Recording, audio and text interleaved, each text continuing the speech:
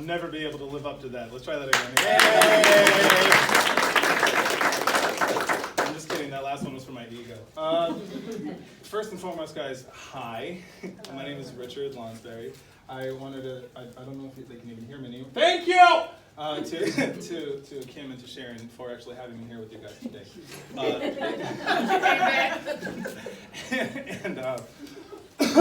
Just kidding, it's not coronavirus, I promise. But not too soon? Too soon? It really is an honor to be here with you guys, okay? I spent a good portion of my childhood over at the B&G over in Lompoc. So, out of curiosity, who here knows where that is? What? Where? One. Lompoc? Lompoc? No? Okay. All right, loaded question. Would you guys move there from here? No. Exactly. So that's where I'm from. And for those of you who don't know, Lompoc is right between Nobody and Cares, California. Okay? I'm serious. Our population was so small, it was just called the Boy and Girl Club. Like, it was just my sister and I. You know? But in all seriousness, though, I really am honored to be here with you guys. And when I say that this organization means something to me,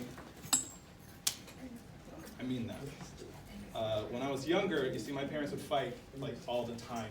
And as a kid, I was super, super sensitive, right? And so when you hear your parents call each other names that you never once heard in the Bible, okay, like you tend to associate your home as a place that isn't exactly safe.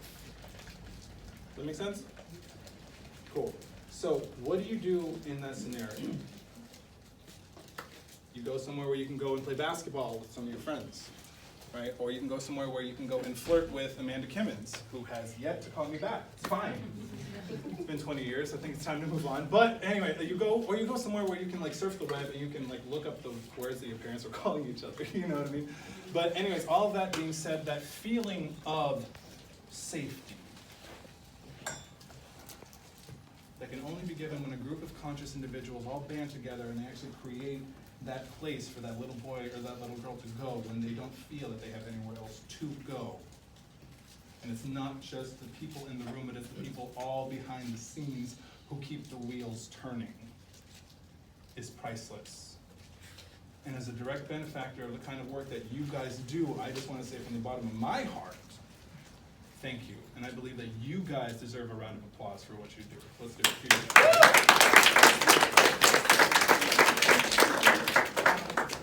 Now the other side of that coin, I know that a lot of times that work can just kind of feel like work. And after a while it just, and it can be a little bit monotonous, and then after a while it almost seems like you start to lose steam and you start to lose purpose. You start to lose your why. You start to forget about the ripple effect of showing up to the fullest extent of who you really are. And I know for me, I definitely suffered from that. I worked at Domino's Pizza from 22 to 29, right? And all I ever wanted to do in my life is have a massive impact. I wanted to touch people. I wanted to reach them. I wanted to help them. And I wanted to make a difference. And I had all these big value judgments. Number one, what I was doing wasn't great. Right? I was delivering hot, cheesy bread from point A to point B. If anything, I wasn't saving the world, I was kind of killing it slowly. And then the second thing is I had all of these value judgments off of where I was in life at the time. Okay? And so as a result of that, I began to associate my outer circumstance with me. Therefore, I'm not great. Therefore, I can't do great things.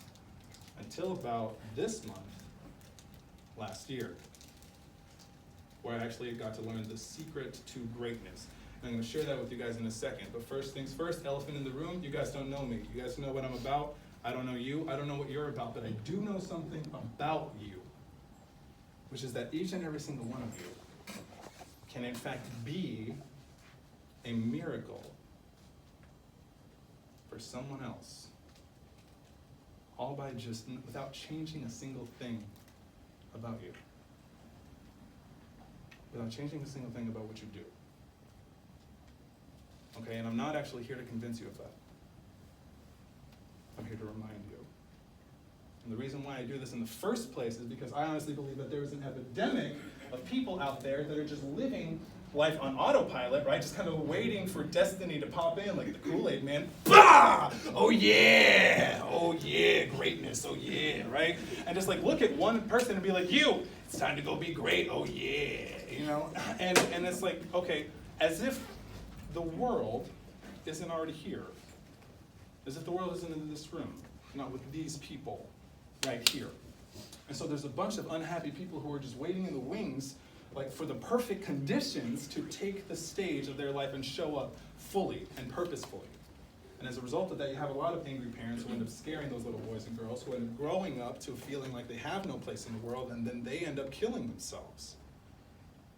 And so that's why I'm here. That's why I'm doing what I'm doing, is because I want to add my voice to the choir that you guys have all created. And at the end of this, I'm going to actually offer you the opportunity to play a major role in the greatest story ever told, which is what I did, which is what allowed me to go from becoming a homeless pizza delivery driver with more kids than money in the bank to less of that, just a little bit less, right? Just a little bit more. I honestly, wait, hold on a second. First of all, I'm dying of thirst, number one. Number two, what was that Chance song that he did with Cardi? Anybody remember? Oh, drop Best Life? Yeah, there you go. Toto, I'm living my best life. I can't stand Chance's singing, but I love him anyway. But anyway, so I'm living what is known as my best life, right? I'm living my dream life with my dream woman, with my dream kids, and I have my dream job. Like I get to do this, I get to tell my story, I get to share, I get to speak from my heart to yours, I get to make like old white executives like cry about their fathers for like $500 an hour, you know what I mean? And it's a pretty sweet gig, but more so than that, the thing that I'm most proud of is I have a handful of people who have told me, while being a Domino's Pizza delivery driver, thank you for saving my life. Okay? Not in spite of the fact of where I was working, but because of the fact of where I was working. And so that is what I wanted to share with you guys today, which is the secret to greatness, which is 3 principles that I just want to share with you that have changed my life, and I want to give them to you in hopes that maybe some of you are going to implement them in your own, and then you can actually get the income and the impact that you truly deserve. Is that cool with everybody? Yes. Yes. Great. Is that cool with everybody? Yeah. All right, cool. Who said no? I'm just kidding. Nobody said no. If you did, though, meet me outside after class. I just want to talk. Now, like I said, I grew up in Lompoc, #nobody cares, California, right? And as a result of that, I suffered from something which was known as small-townitis. And small-townitis is that disease, that anxiety that comes with the belief that there's always something better going on other than where you're at. There's always something way more popping. There was always a way more, another party, right? And you're missing out on it. So as a result of that, you just kind of suffer from this anxiety. You need to escape wherever you are in order to get somewhere that's better. So I would do anything I could, right, to get out of my small town. So what did I do? I tried out for the school play. I ended up, getting cast as the lead and everything. I know, I'm as surprised as anybody. Turns out I have a knack for the dramatic. And so I ended up getting a performance, what are they called? Yeah, scholarships, actually. I ended up getting a performance scholarship for the American Musical and Dramatic Academy over in New York City. Boom, right? Now my moment had arrived. It was time to be great. Hey, right, it was time, and I was gonna go. And I'm like, forget you guys, I'm out of here, I'm gonna go be great. And the bah! Fistful of reality to the face, all over the face. Right? Bam! 14-hour rehearsal days. Bam! You're going to play the cow. Bam! You're going to be a backup singer. Bam! You're going to be the backup singing cow. It's not a joke. But here's the thing. Like, I literally believed that because I was just in New York City that I was going to become big through osmosis. It wasn't a really good strategy at the time.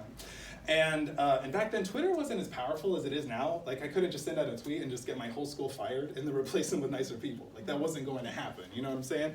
And so what happened was I got pummeled by the big city. Be humble or be humbled, okay? So I got pummeled by the big city, and I did what any sensible person would do in that scenario. You know what? New York's BS, my conservatory is BS, Broadway is BS, it's all corrupt, it's all political, they didn't prepare me for this, and, they're probably, racist against bald people. I'm not about this anymore. You know what, I learned my lesson. Greatness isn't out there, It's back there. Ha ha! Nothing gets past this kid. So I go back home where I'm going to be heralded as the hero who survived the big city, right? The real world. So I come and I expect my parade where people would like welcome me like a god. Hello? Okay, never mind. By the way, just because this is a safe space and we're all friends here, who here was, or knows that one person from high school who could like never move on? Yeah, okay, no, y'all start looking at the ground really quick, huh? Well, fine, I'll go first. That was me, okay? But instead of wearing my Letterman's jacket like to bars or whatever, like I would go back to my old high school and I would go talk to my old teachers about the good old days. And I would roam the theater like I was the friggin' Phantom of the Opera, you know, like, oh, this used to be mine, you know? I bothered these poor little freshmen, like who were looking at posters of me. It's like, hey, young blood, you know what that is? You know what that is? You don't know who that is. Get out of here, right? I was so much fun at parties. Hey, you guys remember that time when yes, Richard, yes, we do. We remember that one time when you, God. And so I would try to put on a good face about it. I would try to be a lot fun, you know, hey, good time, Charlie. But inside I honestly felt like a total failure. Inside I felt like I was the biggest piece of crap ever. I did not belong anywhere, right? I was in a lot of pain. And all of that experience, it boiled my thinking down to one singular thought. Very, very simple. That the narrative of my life for years. Life is not fair. You will lose your hair at 23. You know, like life happens to you, it doesn't happen for you. It is against you, it's an adversary. And as a result of that, why am I even gonna try? I'm gonna just, no. One of the things that I never learned when I was younger is that thought is kind of like nuclear energy, actually, right? It can power an entire town, or it can burn your life to the ground. So that leads me to principle number one, okay? Number one, pay attention. Thought is creative. Thought is creative. Everything in your life, it all began with a thought, from what you're sitting on to who you're looking at. Except that one of us was an afterthought of their parents, and I'll let you guys decide which one is which, okay? Yeah, that one takes a while to catch up. So because that was the thought that ran my life, that was the new narrative, I became very hardened. Right? I started to close up. I was like, you know what, the world doesn't need me, it doesn't need my potential, I don't need the world, I'm gonna do just enough just to get by. How many of you have ever felt so hurt that you closed off completely? Yeah. I see you. I'm right there with you. So my thinking was, okay, I tried to make my life big, that hurt, I got it. Okay, from now on, I'm gonna try and make my life incredibly small, right? And so what I do? I went back to my small town. I found myself a small little thing, right? And we accidentally started a small little family. And I blamed those small little children for having to get my small little job at Domino's, where I would get my small little check for my very, very large rent. And I stopped tending to the garden of my life, and as a result, nothing would grow. And your brain's gonna go along with it too. Like your brain has one job: keep you alive. Okay, so if you can convince it that X is going to kill you, it'll do everything in its power to keep you from X, even if X is manifesting the greatness within you and showing up powerfully.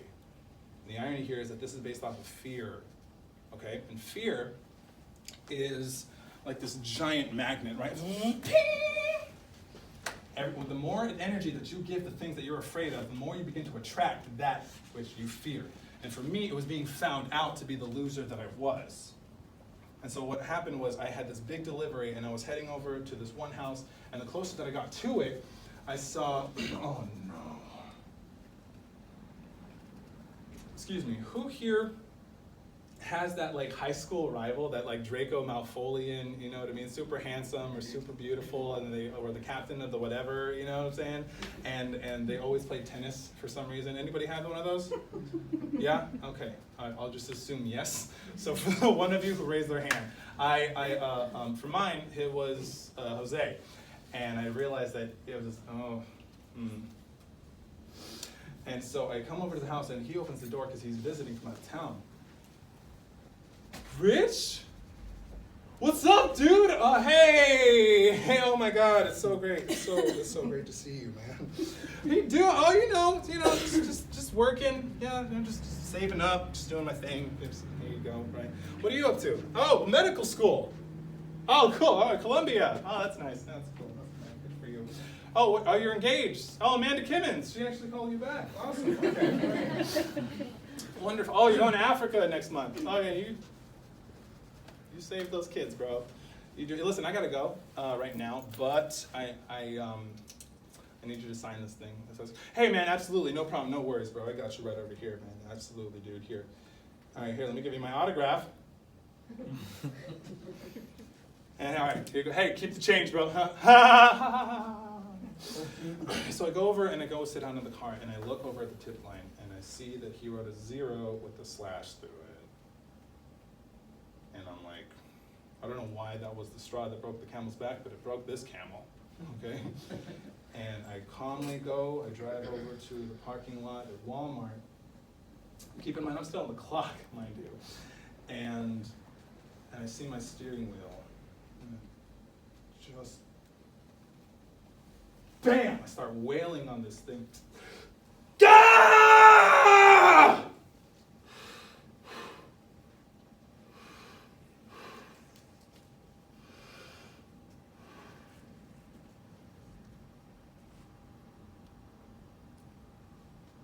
I need you to give me some kind of a sign. So I don't know who I am anymore, and I don't know what I'm doing, and I'm bringing my family down with me. So after this Oscar-worthy cry fest that I have in my car, right, I finish up work and I go back to my apartment, and then I surf on YouTube for a little while just to kind of pass the time before heading inside when I see this ad pop up. Here in the Hollywood Hills, I just bought this brand new Lamborghini, right? That's pretty cool. But you know what I like more than materialistic things? Knowledge. What? Hi. That was actually for dramatic effect to get your attention. Hi, yeah, can you patch me over to God, please? Oh, yeah, I'll wait. How great is our God, right? Yahweh, hey, what's going on, pal? Listen, I was wondering, we need to work on our communication skills, bro. Like, I asked you for a sign, and all I get is some D-bag and a Lambo. I'm just, what? Missing the whole point? I've sent you nothing but angels? Ungrateful little what? Can you even say that? Okay, fine, God, sorry. And so it turns out that the ad was for a digital product where this guy would teach me everything that he knows about business, about relationships, about, growing yourself for $67. And I had $68 in my account to last me for like 2 weeks, groceries and all. And everything in my head was going, scam, scam, scam, scam, kill it with fire, right? But my heart was...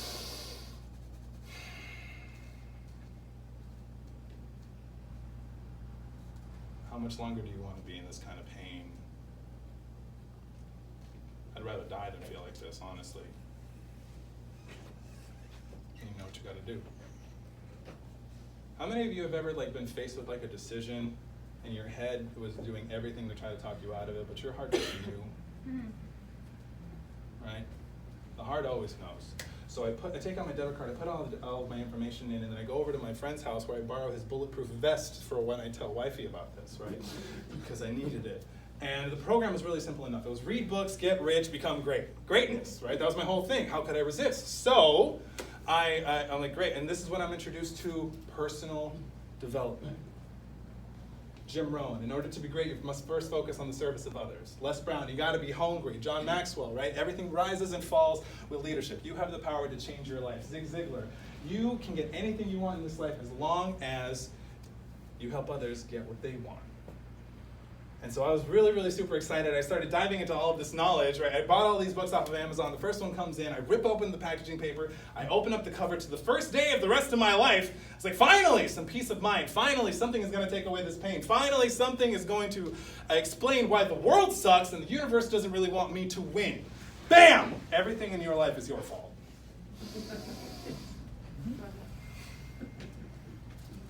You guys ever hear something that's so true that it just ruins your whole day? You know what I mean? everything in your life is your fault.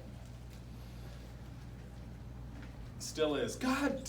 Hey babe, what's wrong? Did you know that everything in my life is your fault? No, but honey, it says that it's yours. Come, God! Right? I was having what was known as a come to Jesus moment, where I had to decide something. And like John Maxwell, my mentor, says, it's the law of the mirror. It's time to face yourself. All right? And Plato says that the quality of your life is in direct proportion to the quality of questions that you ask yourself. So it was time to ask yourself the tough questions. Is this true? What is the primary source of your results? When you actually engage the hardest problems of your life openly and honestly, the answer just kind of falls and shows up. You. I was at the source of all of my results. I was the cause of most of my pain. And so I dove deep into this information. I was trying to figure out, okay, how is everything my fault? Why is everything my fault? What does that even mean? If I get hit by a bus, is that manifestation? Because that sucks. I'm no longer you know what I mean? Whatever. But that's not the case. It's not what happens to you, it's how you respond to it. Yeah? Okay. So then it was time for me to make a decision. I had to learn how to think. I had to learn how to learn. I had to learn how to succeed. How am I going to do that? Right? There's a book called Think, Learn, and Succeed. It's actually, I recommend this for everyone in this room. All right? Think, Learn, and Succeed is by Dr. Carolyn Leaf. She's one of the world's top neuroscientists. And one of the things that I learned was, okay, I needed to take control back of my life. How do I do that? How do I get that back? Okay, so everything in my life is a result of choices that I made. How do I make choices? Okay, so it turns out that there are two kinds of choices. There's conscious choices, and there's unconscious choices. Conscious choice, taking my phone out of my pocket and holding it up for you. Unconscious choice, checking social media every 5 to 10 minutes without realizing that I'm on it, because I don't realize that I'm lonely. Because I don't realize that I need that dopamine hit that comes with having somebody validate this picture. I'm going to delete that one off of my Instagram for any of you who are actually interested in me after this. But that was the thing, all right? So that is how I was able to start making the shift to actually having an impact, to starting to own the choices that I made. That because of thought is what? Creative, right? Thought is creative. So I was able to create a new thought about myself, a new thought about my life. I created this boss version of myself. Good, super Richard, great. So I needed to feed this thing some new information because the old me was operating off of old information. What's new information? Principle number 2, everything in your life is your fault. Bam. Now how did this person operate? Because I blamed everything and everyone for my situation. And so that meant that life had to change in order for my situation to change. But until this happened, it was like a light bulb came on, right? And I realized that if I wanted to change, that I had to create it. I had to get out of my small story by showing up in a big way. And the best part was I already had the cheat codes. I had all of these books, I had all of these thought leaders, I had all of these people who were on the top of the mountain, and they wrote books describing exactly how to get there. So then, okay, they spoke on gratitude. I became incredibly grateful. They said, become skilled. I became incredibly skilled. They said, learn how to empathize with people. I learned how to empathize with people. All of these things were a direct result, ironically, of me working at Domino's Pizza, by the way. And so all of this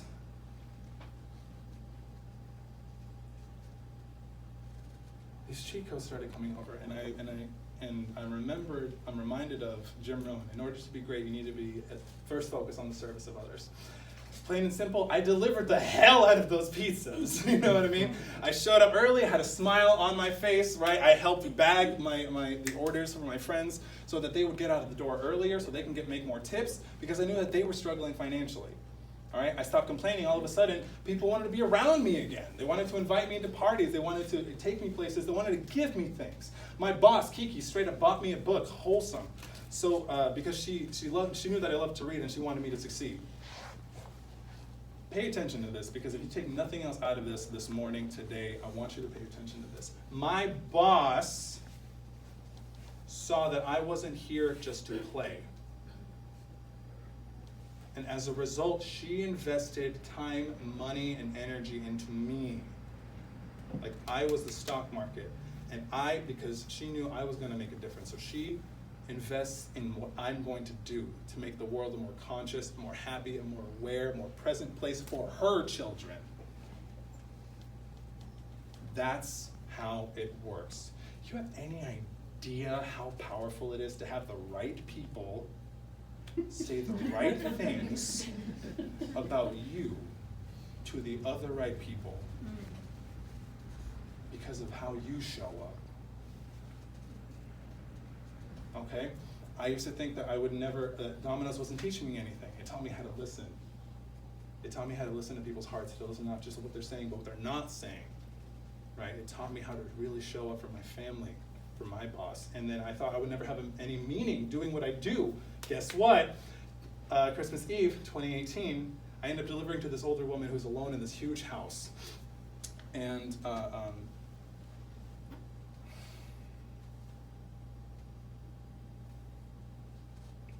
she was all alone.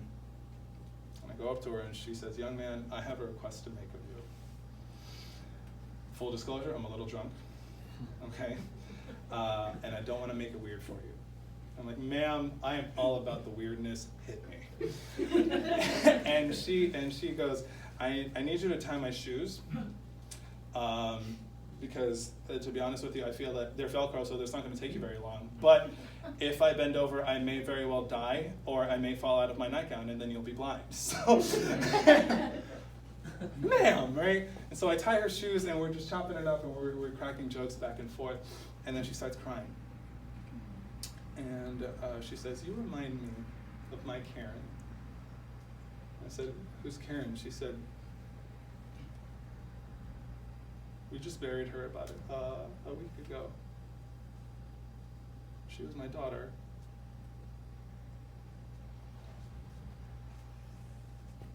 Everything in that moment, every book I've ever read, all of my training, everything that I've been talking to you guys about has led me to this moment of showing up for somebody in a very powerful way.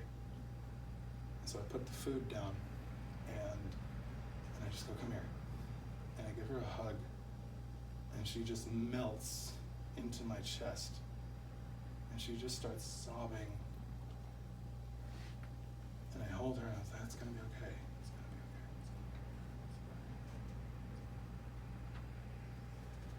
And these words started just kind of falling out of my mouth. I said, "Can you think about it right now?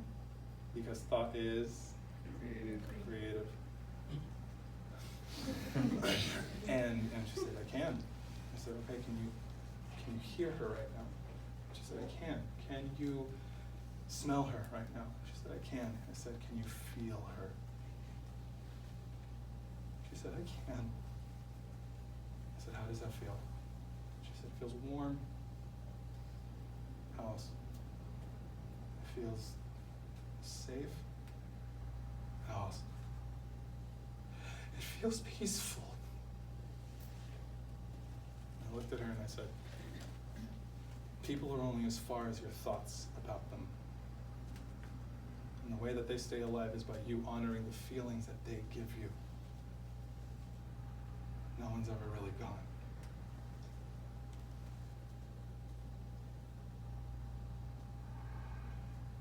"You are my Christmas miracle." "Ma'am, I'm just the pizza guy. I'm just here." No. Listen to me. I know that Karen, I'm sorry, I'm sounding like Karen sent you to me. You are my gift. Me, my dumbass, I'm trying to make it light. Well, I should probably be a life coach then. And she said, "No. You're the light. You were meant to do this kind of work, son." So I get back out of my car, right, all the way back. And that story can easily be about how Richard is awesome, right? But that's not the point at all. It's about how anyone who shows up fully, doing anything, can be the miracle for anybody. And that's what brings me to our last principle, which is one of the main laws of the universe, actually, which is very simple. It's just energy out, energy back. I started showing up in such a powerful way that people started to open doors for me that I didn't even know were there, to the point where somebody who was like a second mom to me, okay, she ends up having her friend Shelly Davis call me. Shelly Davis calls and she goes, "Hi, is this Richard Lonsberry speaking?" "Yeah, no, this is Shelly Davis with the John C. Maxwell leadership team, and I just wanted to say, do you know Terry Brady?" "Yeah, I know Terry, she's like a second mom to me." "Well, son, she believes in you." Okay. Well, she just dropped $4,000 for you to get certified under the John C. Maxwell leadership team, for you to become a professional speaker, coach, and trainer. Your life is about to change forever, son. Welcome to the big time. So we're going to see you in Florida this weekend, right, so for the certification process. Okay, you're going to have fun. It's going to be so great. Okay, bye. Babe! And here's the thing, just to add a little bit of context.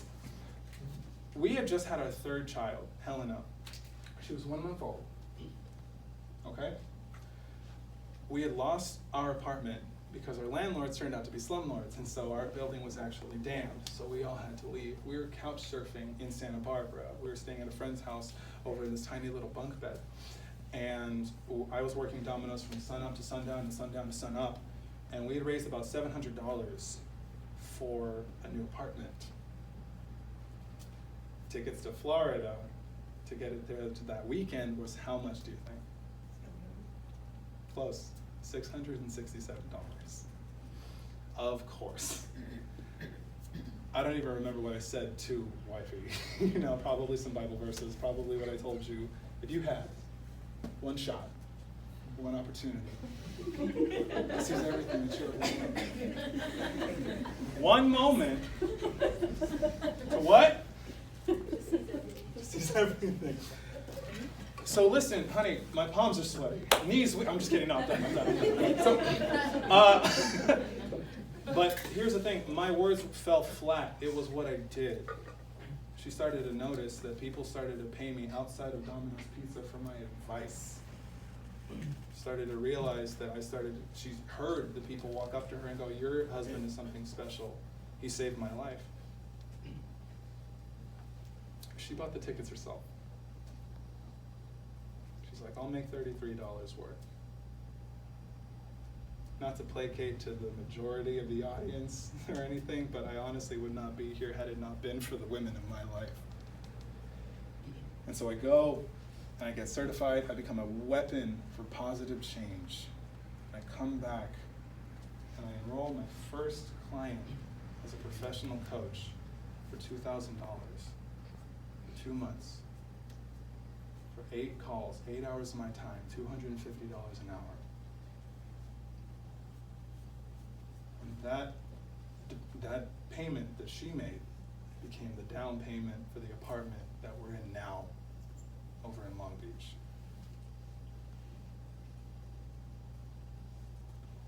Personal development changed my life. It housed my family. It gave me the ability to have any kind of resilience and strength to stand in front of a group of people who I don't know. And a third of you are like, "When is this done? Jesus God."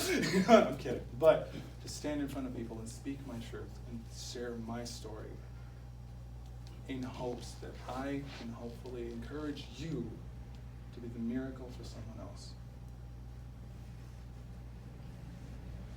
So my question to you guys is, what are you going to do now? How is it that you can show up fully? Where in your life have you been thinking about, "Oh God, I don't want to," right? Take full ownership over the circumstances. Because it has nothing to do with what's going on out here. It has everything to do with what's going on in here.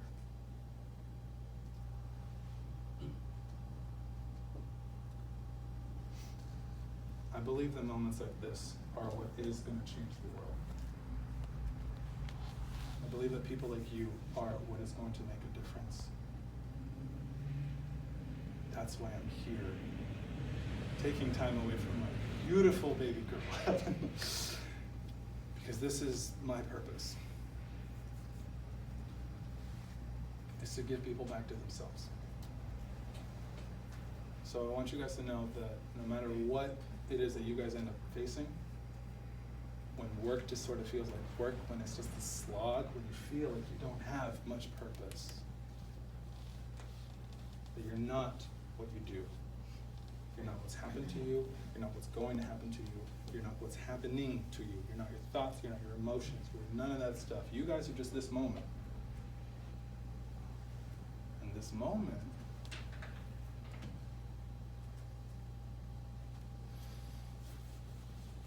is pretty great. Thank you guys very much for your time. I really appreciate it.